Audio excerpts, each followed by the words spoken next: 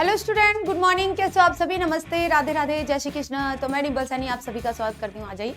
और आज हम यहाँ पर पढ़ने वाले NCERT board 12th class Hindi में हमारी वितान भाग 2 चल रही है। वितान भाग 2 का हमने फर्स्ट चैप्टर कर लिया है, 2 लेक्चर में हुआ था। लेकिन आज मैं पूरी कोशिश करूंगी कि मैं इसे आज 1 शॉट में करूँ बच्चों, क्योंकि एक चैप्टर और बाकी है। फिर हमारा अभिव्यक्ति और माध्यम जो है उसकी कुछ इंपॉर्टेंट क्वेश्चन मैं करवाने वाली हूँ, क्योंकि उसमें से काफ़ी कुछ या तो आपके वस्तुनिष्ठ में या फिलअप्स में या मैच द फॉलोइंग में, वन वर्ड आंसर में, लघुत्तरात्मक में, सब में ही क्वेश्चन कुछ ना कुछ आता ही है। जैसे एमपी बोर्ड और राजस्थान बोर्ड जो है इनमें तो कंपलसरी तौर पर काफ़ी कुछ क्वेश्चन बनते ही है इसमें से, तो वो भी मैं करवाना चाह रही हूँ। इसलिए मैं सोच रही हूँ कि इसको एक बार में ही पूरा कर लेते हैं। तो कहानी है ये, एक आत्मकथात्मक कहानी है आज जो जूझ, जिसका नाम है जूझ। जूझ का मतलब होता है संघर्ष करना, जूझना। एक देशज शब्द है ये।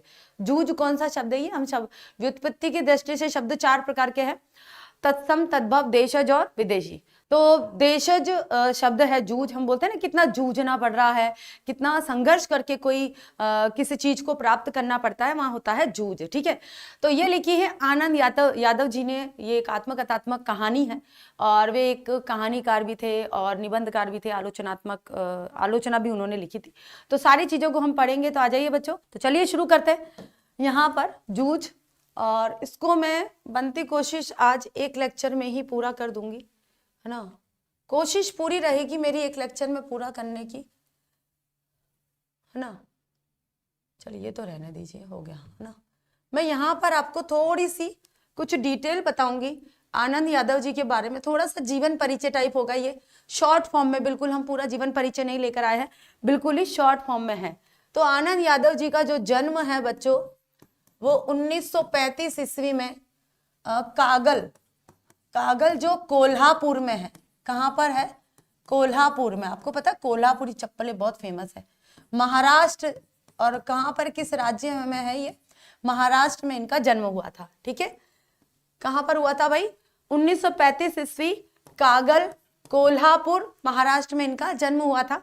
और इनकी शिक्षा के बारे में देख लेते हैं। नाम तो देख लीजिए, यहाँ पर है आनंद यादव जी। शिक्षा जो है उन्होंने मराठी भाषा, क्योंकि महाराष्ट्र की जो भाषा है ना, महाराष्ट्र राज्य की जो भाषा है वो मराठी है। मराठी भाषा और संस्कृत भाषा में उन्होंने स्नातकोत्तर किया था। स्नातकोत्तर क्या होता है बच्चों? एमए। ठीक है, क्या किया था? एमए किया था। किस में किया था? मराठी और संस्कृत में किया था।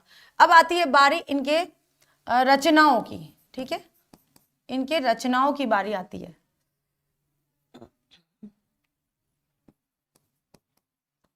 तो रचनाओं के अंतर्गत बच्चों इनकी एक नटरंग करके रचना है, और जिसे भारतीय ज्ञानपीठ पुरस्कार प्राप्त हुआ था। भारतीय ज्ञानपीठ पुरस्कार। ठीक है, भारतीय ज्ञानपीठ पुरस्कार प्राप्त हुआ था। और हम बात कर रहे हैं जूझ की, है ना, जूझ की। तो जूझ में उनको सन 1990 के आसपास, कब? सन 1990 के आसपास इसे साहित्य अकादमी पुरस्कार प्राप्त हुआ था। जो मोटी मोटी चीजें है ना, बस वही पढ़ेंगे हम, क्योंकि हमें वही याद करना है। साहित्य अकादमी पुरस्कार। ठीक है, और इनका लेखन की बात करते हैं तो वे एक निबंध भी लिखते थे, कविता भी लिखते थे, उपन्यास भी लिखते थे। ठीक है, और आत्मकथात्मक कहानी है ये एक तरह की। कैसी है? आत्मकथात्मक कहानी है। अब आती है इनकी, यहाँ पर पहला आ गया ये, दूसरा आ गया ये, तीसरा आ गया ये, चौथा, और लास्ट में हम बात करते हैं मृत्यु की। तो इनका जो निधन है वो हुआ था 2016 ईस्वी में, मतलब अभी हुआ था, आसपास ही हुआ था। 1935 में उनका जन्म हुआ था और 2016 ईस्वी में इनकी मृत्यु हुई थी। तो ठीक है, ये तैयार हो जाएगा। बहुत ही शॉर्ट फॉर्म में दिया गया है। जन्म 1935, कागल, कोल्हापुर, महाराष्ट्र। शिक्षा मराठी संस्कृत में स्नातकोत्तर किया था। रचनाएं नटरंग, रचनाएं तो बहुत सारी लिखी है उन्होंने, लेकिन हम जो मुख्य मुख्य है जो पुरस्कृत थे उनको हमने देख लिया था। नटरंग जो है भारतीय ज्ञानपीठ पुरस्कार से सम्मानित है, और जूझ जो है 1990 में इसको साहित्य अकादमी पुरस्कार प्राप्त हुआ था। और लेखन उनका निबंध, कविता, उपन्यास और आत्मकथा सभी में है। और फिर आती है उनका निधन जो हुआ था वो 2016 ईस्वी में हुआ था। ठीक है, चलिए बच्चों अब यहाँ पर शुरू करते हैं हमारा चैप्टर आनंद यादव जी का। ये है आनंद यादव जी और इनकी आत्मकथात्मक कहानी है जूझ। तो किस प्रकार से इसमें कहानी जो है वो काफी शॉर्ट फॉर्म में मैं आपको बता दूं कि एक बच्चा है जो पढ़ने के लिए इतनी जद्दोजहद करता है, और जब उसको परमिशन मिल जाती है तब वह अपना जो दायरा बनाता है, फिर आगे चल के काफी सफलता प्राप्त करता है। ठीक है, चलिए तो यहाँ से शुरू करते हैं। आप इसे ज्यादा समझाने का नहीं है, कहानी पढ़ूंगी उसमें ही आपको समझ में आ जाएगा, है ना। तो बच्चों मुझे आज इस चैप्टर को खत्म करना है किसी भी तरीके से। क्वेश्चन आंसर भी मुझे इसमें से इंपॉर्टेंट क्वेश्चन है सारे, कुल 12 से 13 क्वेश्चन है, और उनको मुझे आज ही खत्म करना है। ठीक है, तो पाठशाला जाने के लिए मन तड़पता था। पाठशाला क्या होती है बच्चों? विद्यालय, है ना, विद्यालय। आजकल तो बच्चों को ना धक्का मार मार के भेजना पड़ता है, पहले पढ़ाते नहीं थे ना, इसलिए उनको लगता था हम पढ़े पढ़े पढ़े, और पहले पढ़ाया नहीं जाता था इसलिए थोड़ा सा उनको होता था। लेकिन दादा के सामने खड़े होकर ये कहने की हिम्मत नहीं होती कि मैं पढ़ने जाऊंगा। आनंद यादव जी खुद बोल रही है सारी चीजें, है ना, वो अपनी खुद की कहानी बता रहे हैं, बचपन से लेके और अब तक का समय बता रहे हैं कि कैसे उन्होंने पढ़ाई करी, कैसे उनके संगी साथी थे, किस प्रकार, कौन ऐसा दोस्त था जिसकी प्रेरणा से वे आगे बढ़े थे। क्योंकि ऐसा नहीं है कि साहित्यकार है तो सभी बहुत ही मतलब पढ़ने में बहुत ही इंटेलिजेंट थे, ऐसा नहीं, कभी कभी प्रेरणा से भी आगे बढ़े थे, है ना। तो ये भी हम पढ़ेंगे। ठीक है, इसमें मैं पढ़ने जाऊंगा, डर लगता था कि हड्डी पसली एक कर देगा, मतलब मारेंगे। दादा जो है, लेखक के दादा जो है, अगर वो पढ़ने की बात उनके सामने रखे तो हो सकता है वो पिटाई कर दे। मैं इस ताक में रहता कि कोई दादा को समझा दे। मुझे इसका विश्वास था कि जन्म भर खेत में काम करते रहने पर भी हाथ कुछ नहीं लगेगा। जो बाबा के समय था वह दादा के समय नहीं रहा। यह खेती हमें गड्ढे में धकेल रही थी। मतलब कृषि हमारे देश में, क्योंकि हमारा देश कृषि प्रधान देश है, और कृषि प्रधान देश में अगर कृषि नहीं होगी, खेती नहीं होगी तो फिर क्या होगा। लेकिन जो किसान थे उनकी उस समय बहुत ही दयनीय स्थिति थी। किसानों को जो सुविधाएं उपलब्ध होनी चाहिए थी वो नहीं थी। तो इस कारण से क्या हुआ कि जो एक तो पैदावार ढंग से नहीं होती थी, या जो बारिश है, जो हमारे देश का जो मानसून है वो थोड़ा सा ऐसा ही है, तिरछा छितरा छितरा सा रहता है। कभी अतिवृष्टि हो जाती है तो कभी अनावृष्टि हो जाती है, कभी बाढ़ आ जाती है, मतलब, है ना, और कभी सूखा हो जाता है, तो उसमें थोड़ा सा बैलेंस बिगड़ जाता है। तो इस कारण से वे कह रहे हैं कि मेरे बाबा के समय, मतलब दादा के समय था, जो मेरे बाबा के समय जो था अभी दादा के समय भी नहीं है ना, और मेरे समय तो पता नहीं क्या होगा। तो कृषि ने हमारा जो स्तर है, आर्थिक स्तर है, उसको ऊंचा उठाने का कभी उसमें सहायक नहीं साबित हुई है। आगे देखिए, पढ़ जाऊंगा तो नौकरी लग जाएगी, 4 पैसे हाथ में रहेंगे, बिठोवा अन्ना की तरह कुछ धंधा कारोबार किया जाएगा।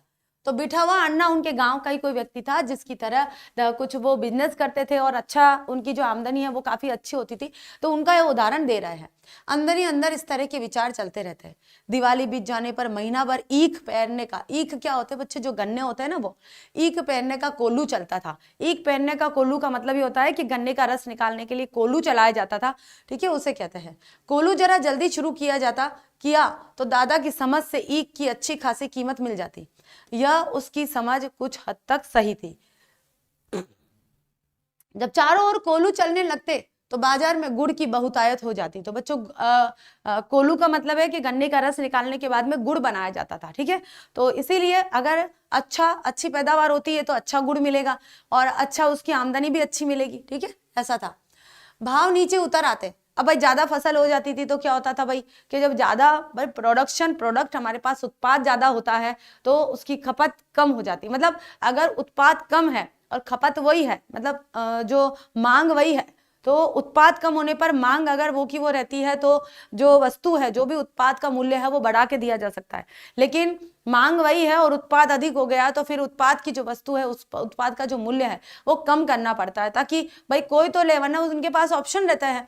ठीक है, तो सस्ता देकर चले जाते हैं ऐसा। उस समय नंबर 1 और नंबर 2 का गुड़ आता था, और हमारे जैसे खेतों पर ही बनाए गए नंबर 3 के गुड़ को कौन पूछता। बाकी के किसान दूसरे ढंग से विचार करते थे। उनका मत था कि यदि ईख को और कुछ दिन खेत में खड़ी रहने दिया गया तो गुड़ जरा ज्यादा निकलता है, ठीक है। लेकिन जो लेखक के दादा थे ना, देखिए गुड़ दिख रहा है यहाँ पर, है ना, गुड़ की भेलिया बोलते हैं इनको, और ये बहुत 20-20 किलो की या 50 किलो की ऐसी भी होती है ना, और ये छोटा छोटा गुड़ भी होता है, इतना इतना भी होता है। देर तक खड़ी रहने वाली ईख के रस में पानी की मात्रा कम होती है और रस गाढ़ा हो जाता है, जिसके कारण ज्यादा गुड़ निकलता है। लेकिन दादा की समझ में गुड़ ज्यादा निकलने की अपेक्षा भाव ज्यादा होना चाहिए, इसलिए सारे गांव भर में कोल्हू सबसे पहले हमारे यहाँ ही शुरू होता था। यही कारण है कि इस वर्ष भी शुरू हुआ और हम उससे जल्दी ही निपट गए, आगे के काम में लग गए। मतलब जल्दी कोल्हू यानी कि रस निकलना जल्दी शुरू हुआ और फिर गुड़ बना, और गुड़ बनने के बाद में काम खत्म। भाई फसल कट गई, फसल का जो भी उत्पाद था उसका मैन्युफैक्चरिंग में काम कर लिया और फिर काम खत्म। अब भाई दूसरी फसल बोएंगे, जब तक देखिए कुछ लोग साल की 2 फसल बोते हैं, कुछ लोग एक ही बोते हैं, कुछ लोग जो है साल की 3 फसल बोलते हैं, रबी खरीफ और जायद 3 फसल बोलते हैं, ठीक है। सभी जन धूप में लेटे हुए थे। माँ धूप में कंडे थाप रही थी। कंडे क्या होते हैं? गोबर से, वो जो गोबर को ऐसे ऐसे करके और बनाते हैं ना, उसको छाना भी बोलते हैं, कंडे भी बोलते हैं। मैं बाल्टी में पानी भर भर कर उसे दे रहा था। कुछ ना कुछ बातचीत भी कर रहे थे, हम दोनों ही थे, इसलिए ये सोच कर कि माँ से कहनी चाहिए, और मैंने अपने पढ़ने की बात छेड़ दी। माँ ने कहा, अब तू ही बता मैं क्या करूं। पढ़ने लिखने की बात की तो वह बरहेला सुअर की तरह गुर्राता है। कौन बरहेला? किसके लिए? वह कौन है भाई? दादा, है ना। दादा बहुत ज्यादा मतलब क्रोधित हो जाएंगे, पढ़ने की बात करी तो वो गुस्सा हो जाएंगे, है ना, ठीक है। तुझे मालूम है माँ के मन में जंगली सुअर बहुत गहराई में बैठा हुआ था। जंगली सुअर यहाँ किसके लिए आया भाई? लेखक के दादाजी के लिए। और वो बहुत ज्यादा उनके साथ में शायद अत्याचार करते होंगे, क्योंकि उसके बाबा तो थे नहीं, पिता तो थे नहीं जो कुछ बोले। दादा के आश्रय में रहते थे, तो दादा जिस लाइन पे चलाते थे उस लाइन पे वे चलते थे। आज के बच्चे चलते थे क्या बच्चों? नहीं ना। अब मड़ा ये जो अड़ा है ना बच्चों, ये जो अड़ा ये वाला, ये ना गुजराती सॉरी मराठी भाषा का ल है। इस ल को है ना मूर्धा से बोला जाता है। मूर्धा आपका उच्चारण स्थान में अड़ा ऐसा बोला जाता है, तो ये अड़ा बोला जाता है। मला नहीं बोलेंगे, मड़ा। क्या बोलेंगे? मड़ा। मड़ा यानी खेती। मड़ा का मतलब क्या होता है? खेती। कभी एमसीक्यूज में या फिर फिलिप्स में कुछ भी आ जाता है छोटा सा, तो मड़ा का मतलब क्या होता है बच्चों? खेती। ध्यान रखिएगा। खेती के सभी काम बीतना का मतलब खत्म हो गए। मेरे लिए अब कुछ तो करना नहीं रह गया, इसलिए कहता हूं तू दत्ताजी राव सरकार से मेरे पढ़ने के बारे में कह। दत्ताजी राव जो कौन थे? वहां के काफी शायद जमींदार लोग होंगे, पैसे वाले लोग थे। ठाकुर जो होते हैं ना गाँव में, पहले ठाकुर होते थे, फिल्मों में हम देखते थे ठाकुर के घर ऐसा है, ठाकुर के घर वैसा है ना, तो ऐसा होगा शायद। तो दादा जो है उसके ठाकुर की बहुत बात मानते थे, दत्ताजी राव की, ठीक है। तो सरकार से मेरे पढ़ने के बारे में कहा। आज ही रात को उनके यहाँ चलेंगे, मैं चलूंगा तेरे साथ, तू उन्हें सब कुछ समझा कर बता दे, तो वे दादा को ठीक तरह से समझा सकेंगे। अब क्योंकि दादा को समझाना माँ बेटों के बस की बात तो थी नहीं, गांव में भी किसी के बस की बात नहीं थी। अब दत्ताजी राव जो सरकार थे उनके बस की थी, तो लेखक ने अपनी माँ से कहा कि एक काम करिए, आज शाम को जब तुम जाओगे तो तुम वहां जाकर दत्ताजी राव जी से मेरे पढ़ने के बारे में बता देना, ताकि वो दादा से बात कर लेंगे। ठीक है चलेंगे, माँ ने हाँ तो क्या की, लेकिन अंदर से माँ के स्वर में उदासी थी। उनको लग रहा था क्या पता माने ना माने, दत्ताजी राव ही नहीं माने तो फिर दादा की तो पता नहीं क्या होगा, है ना। लेकिन फिर भी एक उम्मीद बांधे हुए थी। मुझे भी मालूम था कि इतना करने पर ही कोई लाभ नहीं होगा, लेकिन वह मेरा मन रखने के लिए जाने को तैयार हो गई। मेरी तड़पन वह समझती थी। 7वीं तक पढ़ाने की उसके मन में तैयारी थी, लेकिन दादा के आगे उसका बस नहीं चलता था। कौन सी क्लास तक बच्चों? सिर्फ और सिर्फ 7th क्लास तक। एक माँ ने उम्मीद रखी थी कि मैं अपने बच्चे को 7th क्लास तक पढ़ाऊंगी, लेकिन क्या करे, कुछ पारिवारिक स्थिति ऐसी होती है कि नहीं पढ़ाया जाता। बड़े बुजुर्गों की बात का अनादर नहीं किया जाता। पहले संस्कारों का माहौल था। संस्कार ऐसे थे कि उन्होंने जो कह दिया है, चाहे हमारा जीवन उससे समाप्ति हो जाएगा, खत्म ही हो जाएगा, लेकिन उनकी कही हुई बात जो होती है वो पत्थर की लकीर होती थी।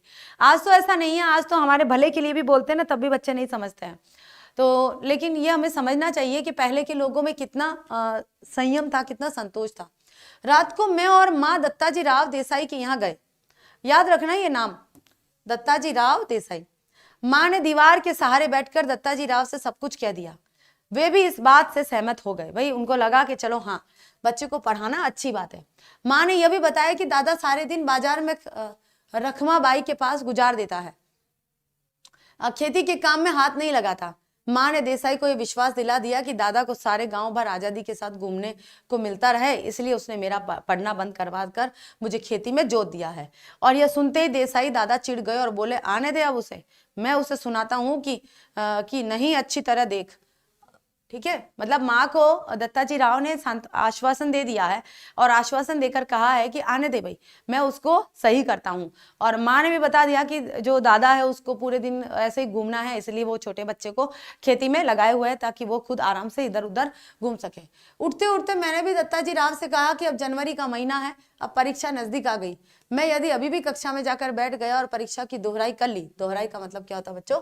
दोहरान, रिविजन। ठीक है, दोहराई का मतलब क्या होता है? रिवीजन, है ना, दोहरान। तो 2 महीने में 5वीं की सारी तैयारी हो जाएगी और मैं परीक्षा में पास हो जाऊंगा।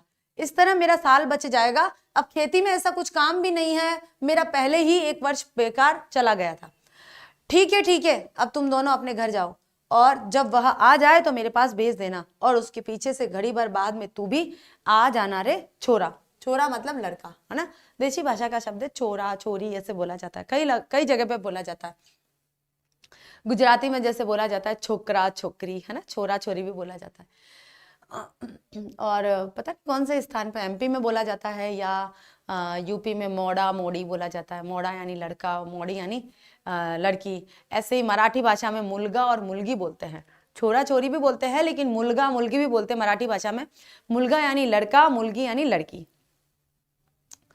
जी कहकर हम खड़े हो गए और उठते उठते हमने यह भी कहा कि हमने यहाँ आकर ये सारी बातें कही है, यह मत बता देना। अब डर लग रहा है कि कहीं ये बता दी तो हमारी तो खटिया खड़ी हो जाएगी। तो माँ और बेटे जो है वो दोनों थोड़े से डर गए, नहीं तो हम दोनों की खैर नहीं, है ना। माँ अकेली साग भाजी देने आई थी, यह बता देंगे तो अच्छा होगा। ठीक है, ठीक है, मुझे जो करना है मैं करूंगा। देख उसके सामने ही तुझसे कुछ पूछूंगा तो निडर होकर साफ साफ उत्तर देना, डरना मत, है ना। कौन बोल रहे? दत्ताजी राव लेखक को बोल रहे, आनंद यादव जी को बोल रहे। नहीं जी, मैं माँ के साथ लौट आया। 1 घंटा रात बीते दादा घर पर आया, मैं घर में ही था। आते ही माँ ने दादा से कहा, साग भाजी देने देसाई सरकार के यहाँ गई थी तो उन्होंने कहा कि बहुत दिनों से तेरा मालिक दिखाई नहीं दिया, खेत से आ जाने पर जरा इधर भेज देना, कुछ काम वाम था, मतलब कुछ काम वाम होगा ऐसा बताया है। दादा ने अधीरता से पूछा, मुझे तो कुछ बताया नहीं उन्होंने। तो मैं हो आता हूँ, तब तक तू रोटियां सेक ले, गणपा आए तो उसे खेतों पर भेज देना पहले ही। दादा तुरंत उठ खड़ा हुआ। देसाई के बाड़े का बुलावा दादा के लिए सम्मान की बात थी। आधा घंटा बीतने पर माँ ने मुझसे कहा कि आधा घंटा बीतने पर माँ ने मुझसे कहा कि अब तू जा, कहना जीम ने बुलाया है। अच्छा, मैं पहुंचा तो सरकार मेरी राह देख रहे थे। दत्ताजी देसाई सरकार जो थे ना, उनको सरकार कहा जाता है, या फिर कुछ लोग ठाकुर जी कहते हैं, कुछ लोग अलग, है ना, अलग अलग नाम लेते हैं। क्यों आया रे छोरे? दादा को बुलाने आया हूँ, अभी खाना नहीं खाया है। बैठ थोड़ी देर, अभी तो आया है वह मेरे पास। जी, मैं बैठ गया, है ना। आगे देखिए, धीरे धीरे दत्ताजी राव पूछने लगे, कौन सी में पढ़ता है रे तू? जी 5वीं में था, किंतु अब नहीं जाता हूँ। क्यों रे? दादा ने मना कर दिया, खेतों में पानी लगाने वाला कोई नहीं है। क्यों रत्नाप्पा? क्या बोल रहे? क्यों रत्नाप्पा? यानी कि दादा का नाम क्या था बच्चों? रत्नाप्पा। याद रखिएगा, ये कौन है भाई? दादा का नाम है ये रत्नाप्पा। हाँ जी, अब रत्नाप्पा बोल रहे भाई, हाँ जी, खेतों में पानी देने वाला कोई नहीं था, इसलिए मैंने उसको स्कूल में नहीं जाने दिया। फिर तू क्या करता है? सरकार ने दादा से जिरह करना शुरू किया। प्रश्न, जिरह यानी प्रश्न करना। इतिहास बाहर निकल आया। सरकार ने दादा पर खूब गुस्सा किया। इतिहास यानी अब जो आनंद यादव जी की माँ ने उनको बताया था कि भैया रखमाबाई के वहाँ जाते हैं, पूरे दिन इधर उधर घूमते रहते हैं और इसको पूरे दिन, बच्चे को जो है पूरे दिन खेत में लगा के रखते हैं, इस कारण से ये स्कूल नहीं जा पा रहा है। तो दत्ताजी राव जो है वो सीधे सीधे दादा से ही प्रश्न करने बैठ गए। अब जो दादा है वो अपना इतिहास जो है, गड़े मुर्दे वो उखाड़ने लगे, बहुत सारी बातें बोलने लगे। तो अब जो दत्ताजी राव उनके सामने भी पूरी सच्चाई निकल कर आने लगी। देसाई के मड़ा यानी खेत को छोड़ देने के बाद दादा का ध्यान किसी काम की तरफ ही नहीं रहा। मन लगाकर वह खेत में श्रम नहीं करता, फसल में लागत नहीं लगाता। लागत मतलब फसल में अगर आप जितनी कीमत लगाओगे या जितना ध्यान दोगे, फसल उतनी अच्छी होगी। जैसे निराई करना, कुड़ाई करना, खरपतवार करना, है ना, इस तरह से खरपतवार निकालनी पड़ती है। खरपतवार जो मतलब बिना फसल वाली जो चीजें होती है ना, घास फूस उग जाती है, उनको निकालना। तो ये सारी चीजें करते हैं ना बच्चों। खाद देना, समय पर पानी देना, कीटनाशक दवाइयों का छिड़काव करना, तो ये सारी चीजें फसल के लिए बहुत जरूरी होती है। अगर ये नहीं करी होती है तो फिर फसल थोड़ी सी कमजोर उत्पन्न होती है। तो फसल, जैसे एक बच्चे को कैसे पालते हैं वैसे फसल को पालना पोसना पड़ता है, उस दिन रात उसमें लगना पड़ता है, जब जाके एक अच्छी फसल तैयार होती है। तो जो बच्चे किसान परिवार से बिलोंग करते हैं उनको तो अच्छे से पता है कि यहाँ पे मतलब कितनी मेहनत करनी पड़ती है खेत में। लागत नहीं लगाता, लुगाई और बच्चों को काम में जोतकर किस तरह खुद गांव भर में खुले सांड की तरह घूमता है और अपनी मस्ती के लिए किस तरह छोरा के जीवन की बलि चढ़ा रहा है, यह सब उन्होंने सुनाया। मतलब दादा को अब पूरी तरह से भला बुरा सुना दिया और डांट दिया। दादा के हर एक तर्क का दत्ता जी ने काट दिया, हर एक तक। दादा ने जो भी बात कही, नहीं ऐसा नहीं, ऐसा नहीं, ऐसा, तो हर बात का जवाब दत्ता जी राव के पास था और उन्होंने हर बात को काट कर उन्हें जो भी उत्तर देना था वो दिया। और मुझसे कहा, सवेरे तू पाठशाला जाता रहा, कुछ भी हो पूरी फीस भर दे उस मास्टर की और मन लगाकर पढ़ाई कर और किसी भी तरह साल नहीं मारा जाए, इसका ध्यान रख। यदि इसने तुझे पढ़ने नहीं भेजा तो सीधा चला आ इधर, सुबह शाम हो सके वह काम कर यहाँ और पाठशाला जाते रहना, मैं पढ़ाऊंगा तुझे। इसके पास ज्यादा बच्चे हो गए हैं, इसलिए तुम्हारे साथ कुत्तों की तरह बर्ताव कर रहा है, जबकि घर में एक ही बच्चा था लेकिन उसको भी पढ़ने के लिए नहीं भेजा जा रहा था। आज तो चाहे 2, 3 हो, 4 हो, कितने भी हो, सभी माता पिता अपने बच्चों को पढ़ाते हैं, है ना, क्योंकि दायित्व बनता है। जैसे रोटी कपड़ा मकान हमारी मूलभूत आवश्यकता है, उसी प्रकार से रोटी कपड़ा मकान शिक्षा स्वास्थ्य, है ना, ये भी हमारी मूलभूत आवश्यकता है। मैंने मना कब किया जी, इसको जरा गलत सलत आदत पड़ गई। अब देखिए दादाजी बोल रहे हैं, भाई लेखक के दादाजी बोल रहे हैं, मैंने कब मना किया, इसको कुछ गलत आदत लग गई, इसलिए पाठशाला से निकाल कर जरा नजरों के सामने रख लिया है। कैसी आदत है, चाहे जैसी, यहाँ वहां कुछ भी करता है, कभी कंडे बेचता है, कभी चारा बेचता है, सिनेमा देखता है, कभी खेलने जाता है, और खेती और घर के काम में इसका बिल्कुल ध्यान नहीं रहता। दादा ने मेरे ऊपर अचानक हल्ला बोल दिया। अब दादा ने भी, क्योंकि दादा की वही खिंचाई हो रही थी, तो दादा ने सोचा चलो लगे हाथ दत्ता जी राव से इसकी भी खिंचाई करवा लेते हैं, ना, सच थोड़ा सा बोल देते, क्या है। क्यों रे छोकरे, नहीं जी, कभी एक बार मेले में पटा पर पैसे लगा दिए थे। दादा तो कभी भी सिनेमा के लिए पैसे नहीं देते, इसलिए खेत पर गोबर बीन कर माँ से कंडे थप्पा लिए थे और उन्हें बेचकर ही कपड़े बनवाए थे।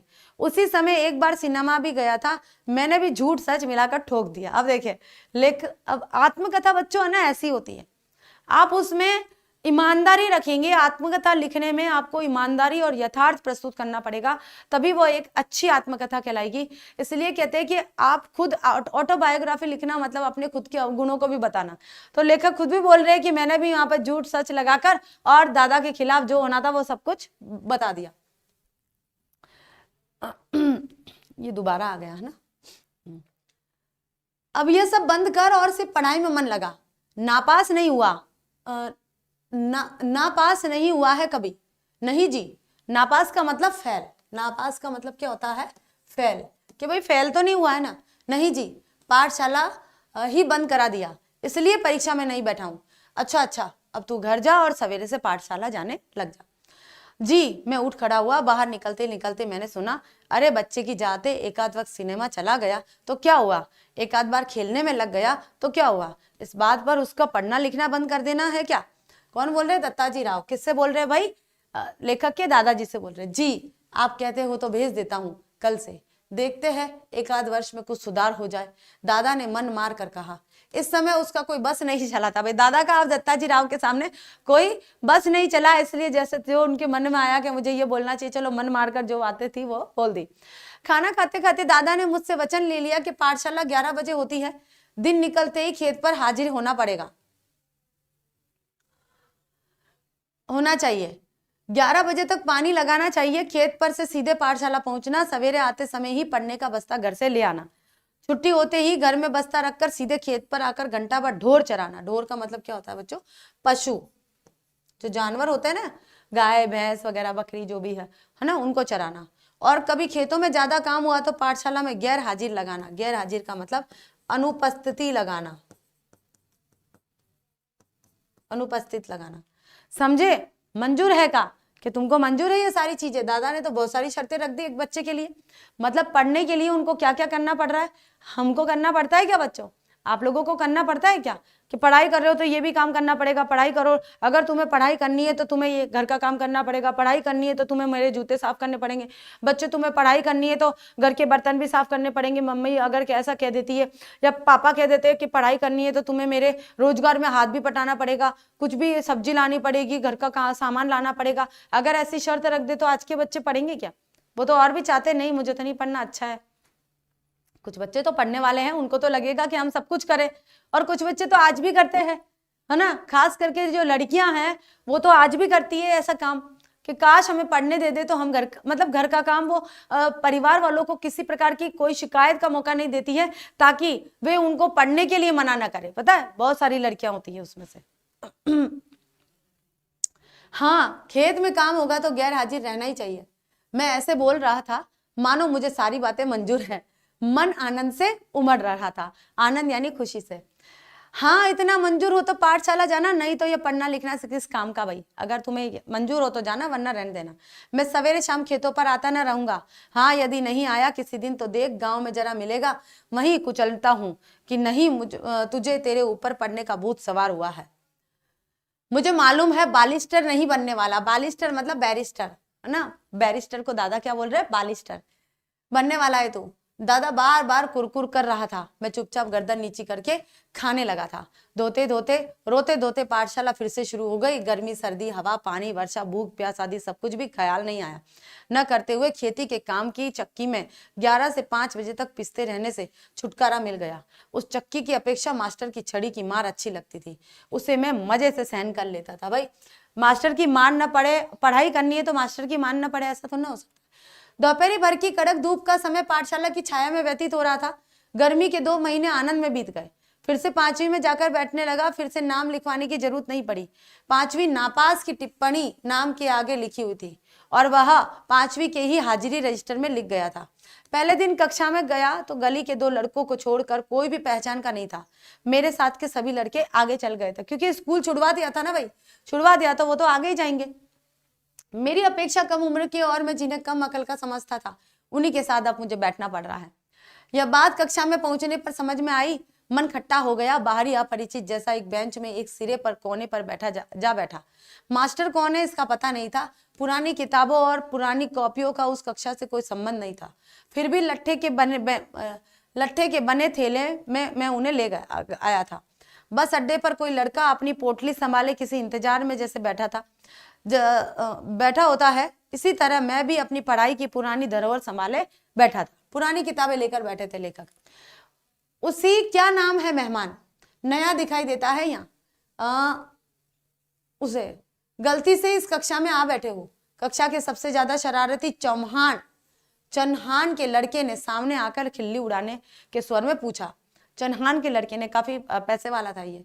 मेरे ध्यान में आया कि मेरी पोशाक भी अजनबी है और बालूगड़ी के लाल माटी के रंग में मटमैली होती हुई गमछा पहन के मैं अकेला ही था। थोड़ा मतलब लेखक के घर में वैसे भी आर्थिक स्थिति सही नहीं थी, तो जो भी था वो पहनकर आ जाते थे। ढंग के कपड़े भी नहीं पहन पाते थे, और क्योंकि अपने से जूनियर के पास बैठते थे ना, तो थोड़ा सा असमंजस सा लग रहा था उनको, थोड़ा खिंचे खिंचे से लग रहे थे।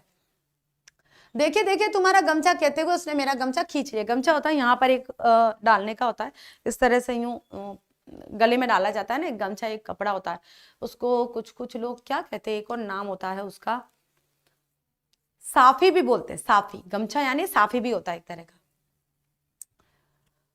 गया अब मेरा गमछा, पूरी कक्षा में इसकी खींचातानी होगी और फट जाएगा। मन में मैं यह सोचकर रुआंसा हो गया, रोने जैसा। लेकिन वैसा कुछ नहीं हुआ। उस लड़के ने उसे अपने सिर पर लपेट लिया और मास्टर की नकल करते हुए उसे उतारकर टेबल पर रखकर अपने सिर पर हाथ फेरते हुए हुश की आवाज की। इतने में मास्टर आ गए। वह गुंडा झट से अपनी, गुंडा क्यों कहा है क्योंकि थोड़ा शरारती था ना, इसलिए उसको गुंडा कहा है, अपनी जगह पर जा बैठा। मेरा गमछा टेबल पर ही रहा।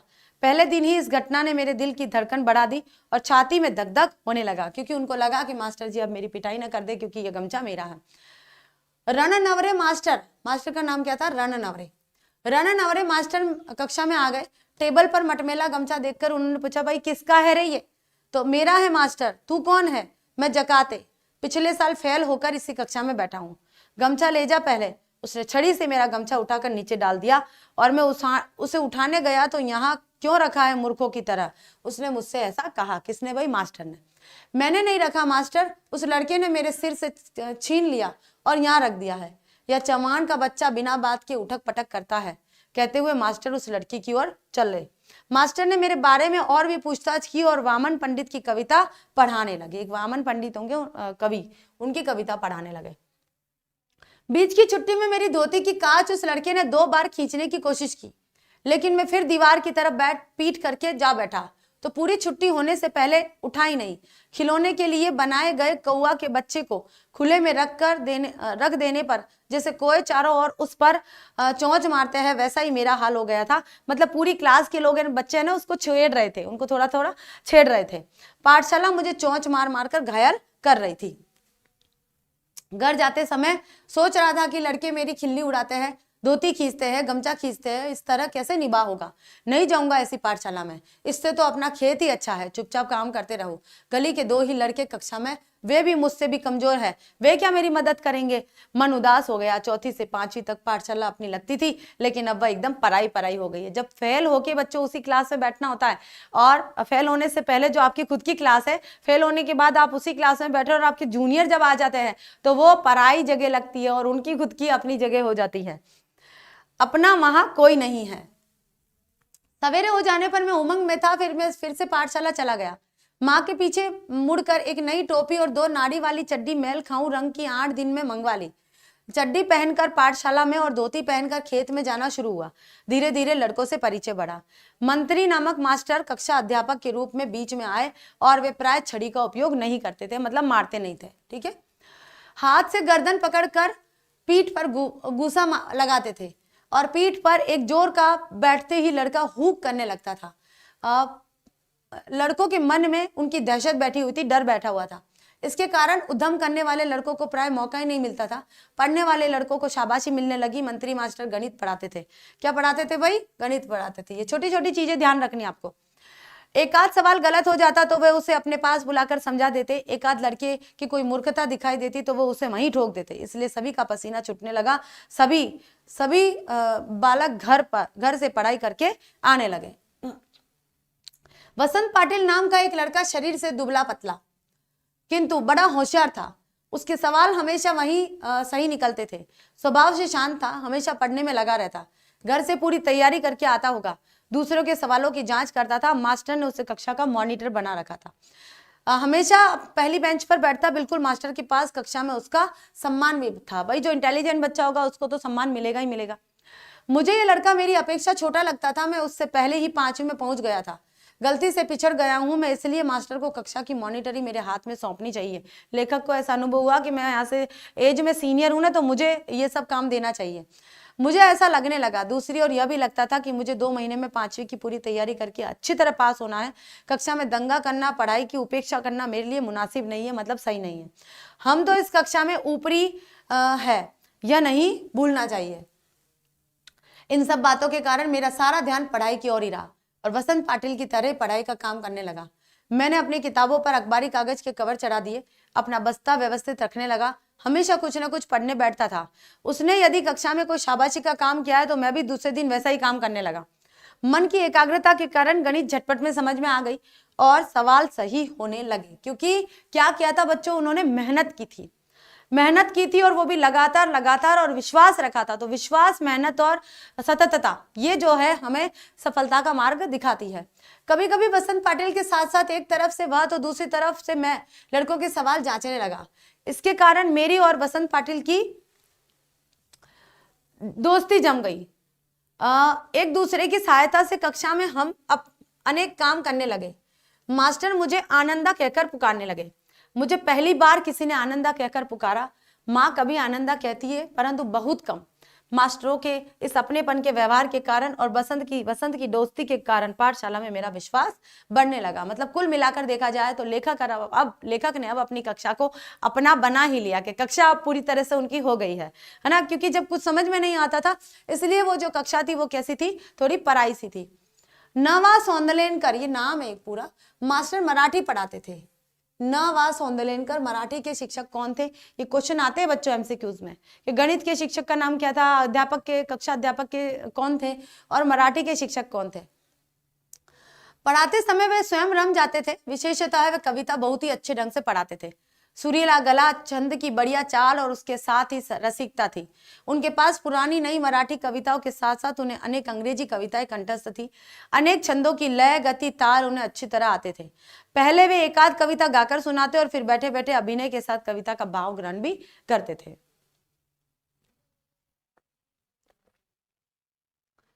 उसी भाव के किसी अन्य कवि की कविता भी सुनाकर दिखाते। बीच में कवि यशवंत बोरकर, भारा तांबे, गिरीश, केशव कुमार आदि के साथ अपनी मुलाकात के संस्मरण भी सुनाते। संस्मरण जो उनको याद आते थे ना किससे, वो सुनाते थे। वे स्वयं भी कविता करते थे, याद आ गई तो अपनी भी एक आध सुना देते थे। और यह सब सुनते हुए, अनुभव करते हुए मुझे अपना भान भी नहीं रहता था। भान मतलब अपना खुद का ख्याल या फिर ध्यान, ठीक है। मैं अपनी आंखों और कानों में प्राणों की सारी शक्ति लगाकर दम रोक कर मास्टर के हाव भाव, ध्वनि, गति, चाल और रस को पीता रहता था। मतलब जब आप अच्छे से एकाग्रचित होकर किसी चीज का ध्यान करोगे ना तो आपको अच्छे से समझ में आएगा। जैसे ये कहानी है, आप इसको अच्छे से समझोगे तो आपको अच्छे से समझ में आ जाएगी। फिर क्वेश्चन कहीं से भी उठकर आ जाता है। वैसे तो एनसीईआरटी में बैक एक्सरसाइज में से ही क्वेश्चन आते हैं, अंदर से तो आते नहीं है। अंदर से आते तो वो जो 1-1, 2-2 नंबर के है ना, वही आते हैं। सुबह शाम खेत पर यानी पानी लगाते हुए या ढोर चराते हुए अकेले में खुले गले में वह सारी कविताएं मास्टर के ही हाव भाव, यति, गति, आरोह अवरोह के अनुसार ही गाता। उन कविताओं के अर्थों से खेलता हुआ मैं आगे पीछे आता जाता था। मास्टर जिस प्रकार बैठे बैठे ही अभिनय करते थे, मैं पानी लगाते लगाते वैसा अभिनय करता था। क्यारियां पानी से कब की भर गई इसका भान भी नहीं रहता था।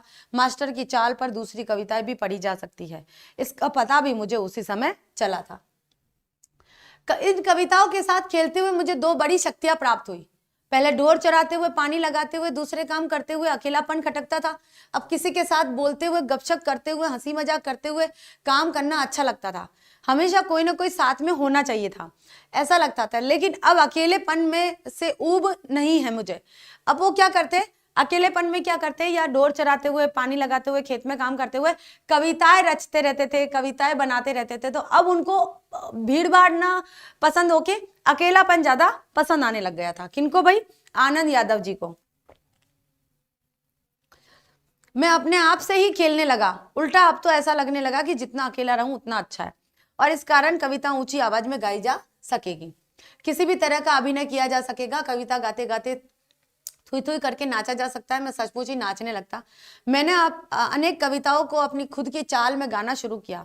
अनंत काणेकर की कविता, जिसकी पहली पंक्ति इस प्रकार है, चांद रात पसरिए पांडरी गाया धरणीवरी, को मैंने मास्टर की चाल से अलग अपनी चाल में बिठाकर गाया।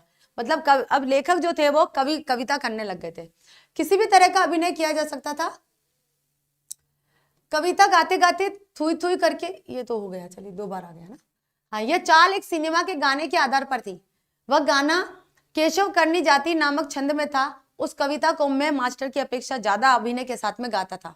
चेहरे पर कविता का भाव पैदा करने का प्रयास करता था। मास्टर को मेरा प्रयत्न इतना अच्छा लगा कि उन्होंने 6ठी 7वीं कक्षा में सभी लड़कों के सामने मुझे बुलाकर गवाया। पाठशाला के एक समारोह में भी उसे गवाया। इसके कारण मुझे लगा कि मेरे कुछ नए पंख निकल गए हैं, मतलब मुझे कुछ और अच्छा आ गया है। मास्टर स्वयं कविता करते थे। अनेक मराठी कवियों के काव्य संग्रह उनके घर में थे। वे उन कवियों के चरित्र और उनके संस्मरण बताया करते थे। इसके कारण कवि लोग मुझे आदमी ही लगने लगे थे। खुद सौंदलेकर मास्टर कवि थे, इसलिए विश्वास हुआ कि कवि भी अपने जैसा ही एक हाड़मास का, क्रोध लोभ का मनुष्य ही होता है। तो पहले उनको लगा कि पता नहीं कवि कैसे होते हैं। मुझे भी लगा कि मैं भी कविता कर सकता हूँ। मास्टर के दरवाजे पर छाई हुई मालती की बेल पर मास्टर ने एक कविता लिखी थी। वह कविता और वह लता मैंने दोनों ही देखी थी। इसके कारण मुझे लगता था कि अपने आसपास, अपने गांव में, अपने खेतों में कितने ही ऐसे दृश्य हैं जिन पर मैं कविता बना सकता हूँ। यह सब कुछ अनजाने ही होता रहता था। भैंस चराते चराते मैं फसलों पर, जंगली फूलों पर तुकबंदी करने लगा। उन्हें जोर से गुनगुनाता भी था और मास्टर को दिखाने भी लगा। कविता लिखने के लिए खीसा में कागज और पेंसिल रखने लगा। कभी वह न होते तो लकड़ी के छोटे टुकड़े से भैंस की पीठ पर रेखा खींच कर लिखता था। पत्थर की शिला पर कंकड़ से लिख लेता था। जब कंठस्थ हो जाती तो पहुंच देता। किसी रविवार के दिन एक आध कविता बन जाती तो सोमवार के दिन मास्टर को सुना देता था। बहुत बार तो सवेरा होने तक का धीरज छूट जाता। मैं रात को ही मास्टर के घर जाकर कविता दिखाता। वे उसे देखते और शाबाशी देते और फिर कभी तो कविता के शास्त्र पर एक पूरी महफिल हो जाती। बोलते बोलते मास्टर बताते कवि की भाषा कैसी होनी चाहिए, संस्कृत भाषा का उपयोग कविता के लिए किस तरह होता है, छंद की जाति कैसे पहचाने, उसका लय क्रम कैसे देखे, अलंकारों में सूक्ष्म बातें कैसी होती है। सारी चीजें जो सौंदर्यकर कवि थे ना वो लेखक को बताते थे। अलंकारों का भी प्रयोग एक शास्त्र होता है। कवि को शुद्ध लेखन करना क्यों जरूरी होता है, शुद्ध लेखन के नियम क्या है, आदि अनेक विषयों पर वे सहज बातें बताते रहते थे। मुझे उनके प्रति अपनापन अनुभव होता था। वे मुझे पुस्तक भी देते थे और अलग अलग प्रकार के कविता संग्रह भी। उन्होंने कई नई तरह की कविताएं सुनाई तो लगा मैं इस ढर्रे पर कविता बनाऊं। फिर कवि जो है पूरी तरह से लेखक जो है कविता बनाना शुरू कर दिया उन्होंने। फिर तो सारे दिन उस दिशा में मेरी कोशिश चलती रही। इन बातों से मैं सौंदर्यकर मास्टर के बहुत नजदीक पहुंच गया। मतलब जो बच्चा है ना टीचर के अकॉर्डिंग काम करने लगाया और टीचर के नक्शे कदमों पर काम करने लग जाता है तो फिर वो शिक्षक का अति प्रिय छात्र हो जाता है और वो जो शिक्षक है वो भी शिष्य के प्रिय शिक्षक हो जाते हैं। और जाने अनजाने मेरी मराठी भाषा सुधरने लगी। उसे लिखते समय मैं बहुत सचेत रहने लगा। अलंकार, छंद, लय आदि को सूक्ष्मता से देखने लगा। शब्दों का नशा चढ़ने लगा और ऐसा लगने लगा कि मन में कोई मधुर बाजा बजता रहा है। ठीक है, और ये कौन सी भाषा की है भाई, मराठी भाषा में लिखा है उन्होंने। लेकिन इसका जो अनुवाद किया है वो किसने किया है, केशव प्रथम वीर जी ने इसका अनुवाद किया है। ये नोट कर लीजिएगा बच्चों। ये आत्मकथा मराठी भाषा में लिखी है आनंद रतन यादव जी ने और इसका अनुवाद केशव प्रथम वीर जी ने किया है। ठीक है, तो चलिए बच्चों अब करते हैं क्वेश्चन आंसर। ज्यादा क्वेश्चन नहीं है। जूझ शीर्षक के औचित्य पर विचार करते हुए स्पष्ट करें कि क्या यह शीर्षक कथानायक की किसी केंद्रीय चारित्रिक विशेषता को उजागर करता है। तो यहाँ देखिए आनंद यादव के उपन्यास से संकलित अंश का शीर्षक जूझ अत्यंत रोचक, संक्षिप्त, कौतूहलवर्धक और संपूर्ण कथानक का सूचक है। जूझ का अर्थ है संघर्ष। क्या होता है बच्चों, संघर्ष, संघर्ष करना या जूझना। और संघर्ष है तत्सम शब्द और ये है देशज शब्द। ठीक है, कथानायक आनंद को पाठशाला जाने के लिए संघर्ष करना पड़ा। सर्वप्रथम उसे अपने पिता की इच्छा के विरुद्ध संघर्ष करना पड़ा। इससे उसे माँ का और दत्ताजी राव का सहयोग मिला। ठीक है, माँ का और दत्ताजी राव का सहयोग मिला। पाठशाला में शरारती छात्रों से संघर्ष किया, तभी वह पढ़ने में रुचि ले सका। और फिर गणित विषय में संघर्ष किया और कविता रचने में उसे संघर्ष करना पड़ा। इस प्रकार संपूर्ण कथानक में उसके संघर्ष का चित्रण हुआ है और उसमें उसे सफल दिखाया गया है। इसलिए जूझ शीर्षक पूर्णतया उचित है। मतलब जो टॉपिक दिया है ना वो बिल्कुल सही है। पाठ के इस शीर्षक के से कथानक के जुझारू व्यक्तित्व, संघर्षशील चारित्रिक विशेषता का प्रकाशन हुआ है और वह स्वयं व्यक्तिगत स्तर पर, पारिवारिक और सामाजिक स्तर पर, विद्यालय के माहौल और शिक्षा प्राप्ति के स्तर पर संघर्ष करता रहता है। पूरा जीवन जो है वो संघर्ष में बीतता है। वह संघर्ष करने से ही घर पर खेती आदि का सारा काम करता है। वह पढ़ाई और कविता रचना करने में भी समन्वय रखता है। इस तरह उक्त शीर्षक से कथानायक के जुझारू व्यक्तित्व को उजागर किया गया है और यही उसकी केंद्रीय चारित्रिक विशेषता है, संघर्ष करना। तो हर चीज में उन्होंने संघर्ष किया है।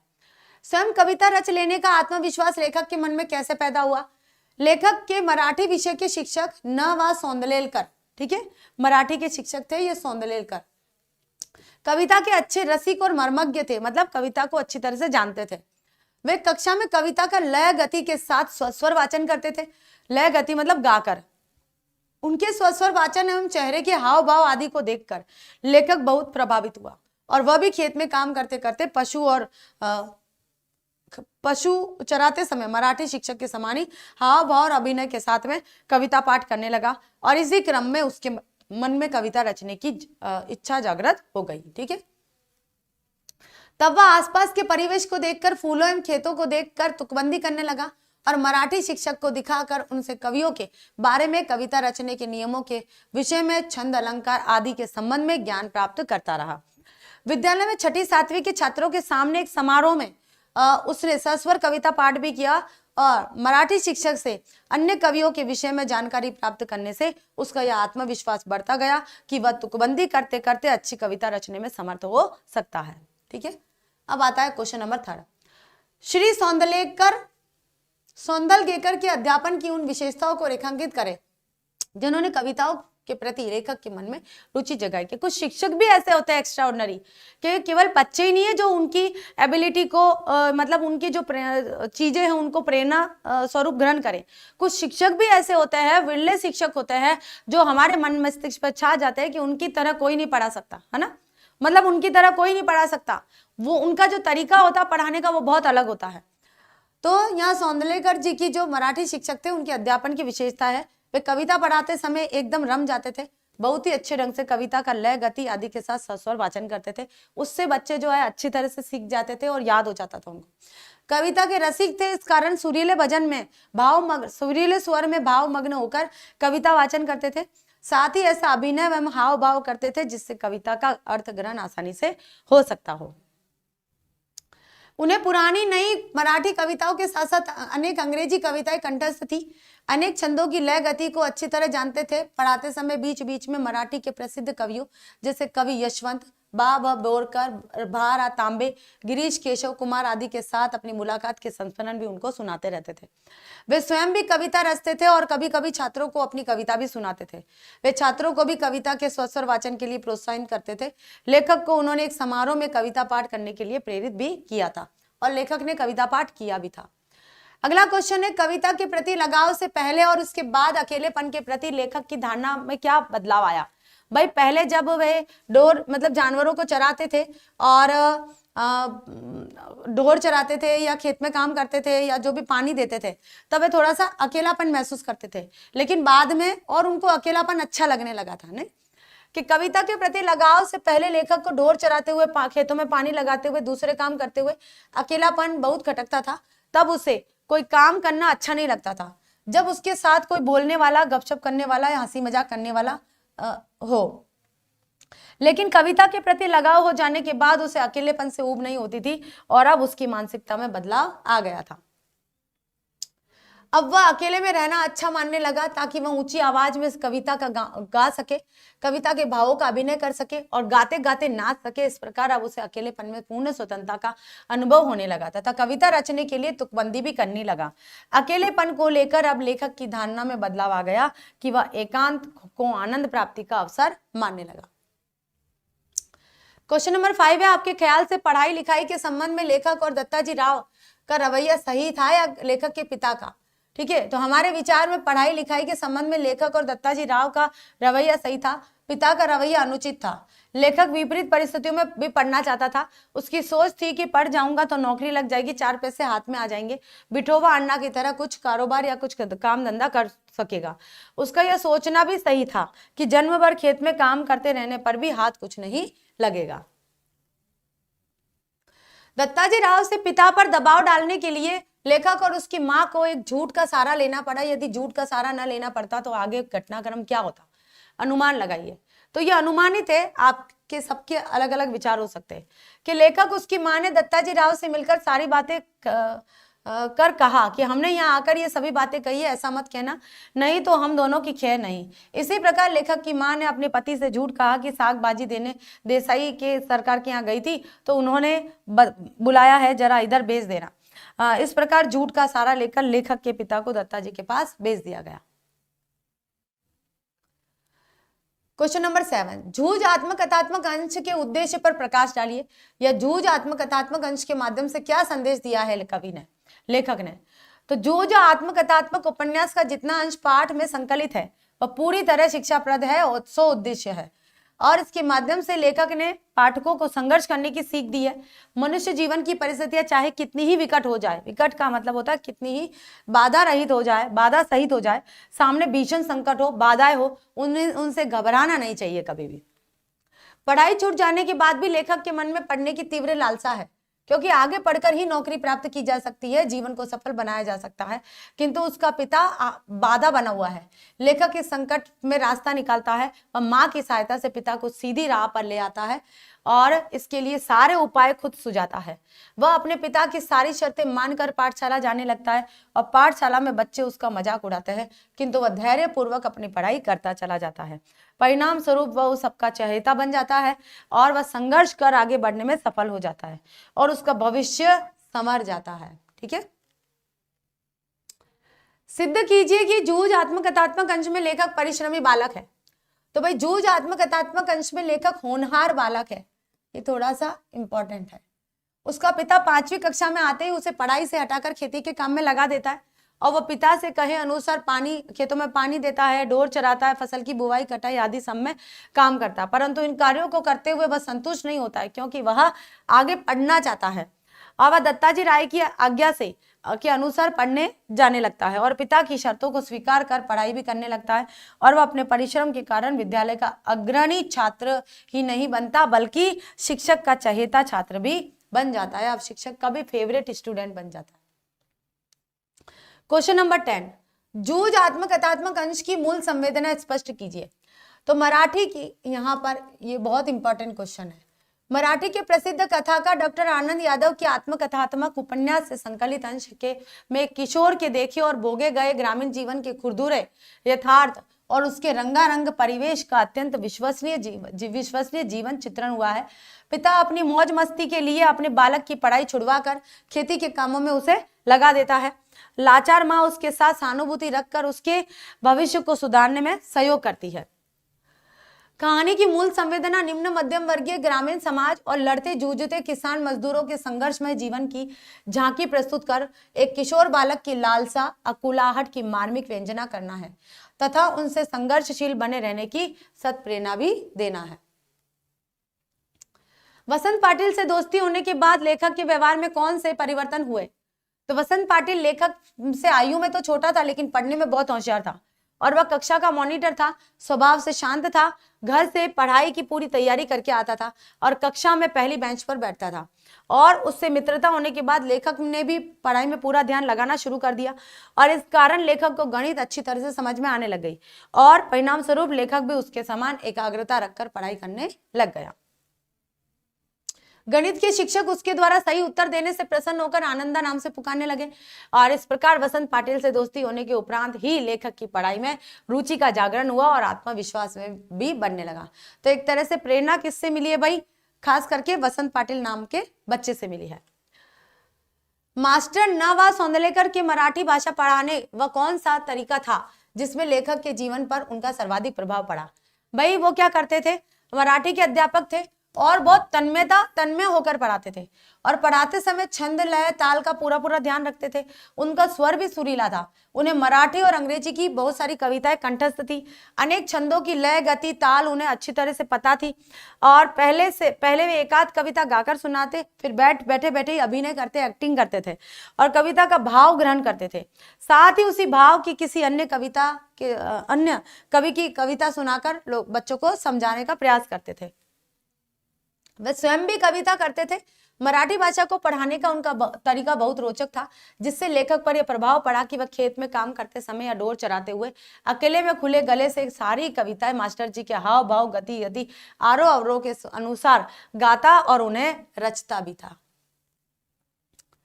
लास्ट क्वेश्चन है बच्चों हमारा कि पाठशाला पहुंचने पर लेखक को किन परेशानियों का सामना करना पड़ा? यह भी इंपॉर्टेंट है। ठीक है, पाठशाला पहुंचकर जब लेखक कक्षा में गया तो गली के दो लड़कों को छोड़कर कोई भी उसकी पहचान का नहीं था। लेखक को उन्हीं के साथ बैठना पड़ा।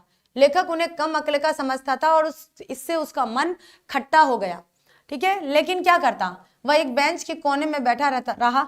लेखक को बैठा देख करके कक्षा के शरारती लड़कों ने उसकी खिल्ली उड़ाना शुरू कर दिया। उसका गमछा छीनकर मास्टर की मेज पर रख दिया। छुट्टी के बीच उनकी धोती की 2 बार लॉन्ग खींचने की भी कोशिश की गई और घर लौटते समय लेखक चिंतित था कि कक्षा में लड़के उसकी खिल्ली उड़ाते हैं, उसका गमछा धोती खींचते, इससे तो अच्छा है पाठशाला न जाकर खेती करना है। लेकिन उसका मन नहीं माना और वह दूसरे दिन फिर पाठशाला पहुंच गया और अंत में मंत्री नामक कक्षा अध्यापक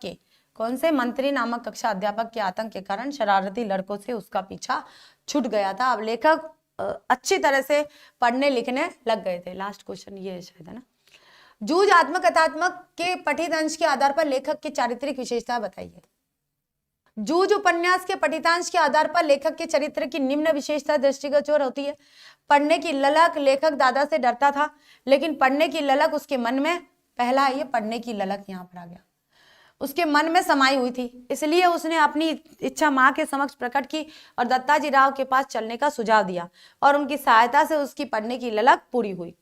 दूसरा आ जाता है यहाँ पर दूरदर्शी। अब एक मिनट है ना, फिर बैठ गया। दूरदर्शी, ठीक है, लेखक दूरदर्शी है, वह जानता था कि पढ़ने से नौकरी मिल सकती है या कोई धंधा किया जा सकता है, इससे भविष्य बन सकता है, खेती करने से नहीं। इस कारण भी वह दत्ताजी राव के पास जाता है, क्योंकि वह जानता है कि उसके आदेश का पालन दादा को करना ही होगा। तीसरा आ जाता है यहाँ पर कठोर परिश्रमी और लगनशील। लेखक कठोर परिश्रमी लगनशील है, वह अपने कठोर परिश्रमी दादा की शर्तों को पूरा परिश्रम से दादा की शर्तों को पूरा करता है और अपनी लगनशीलता के कारण कक्षा में होशियार बच्चों में गिना जाने लगा है। तो ये है लेखक की चारित्रिक विशेषताएं। बच्चों थोड़ा सा फास्ट करा है, आई होप आप सबको यहाँ पर समझ में आ गया होगा, ठीक है। फाइनली बच्चों आज हमने यहाँ पर विधान भाग 2 का सेकंड चैप्टर जूझ कंप्लीट कर लिया है। अब बचा हमारा एक अतीत के दबे पांव, ओम थानवी जी के द्वारा लिखा गया वो पाठ है, काफी अच्छा है, उसको भी हम देखते हैं किस तरह से हम उसको पूरा करते हैं। तो धन्यवाद बच्चों, फिर मिलते हैं अगली क्लास में।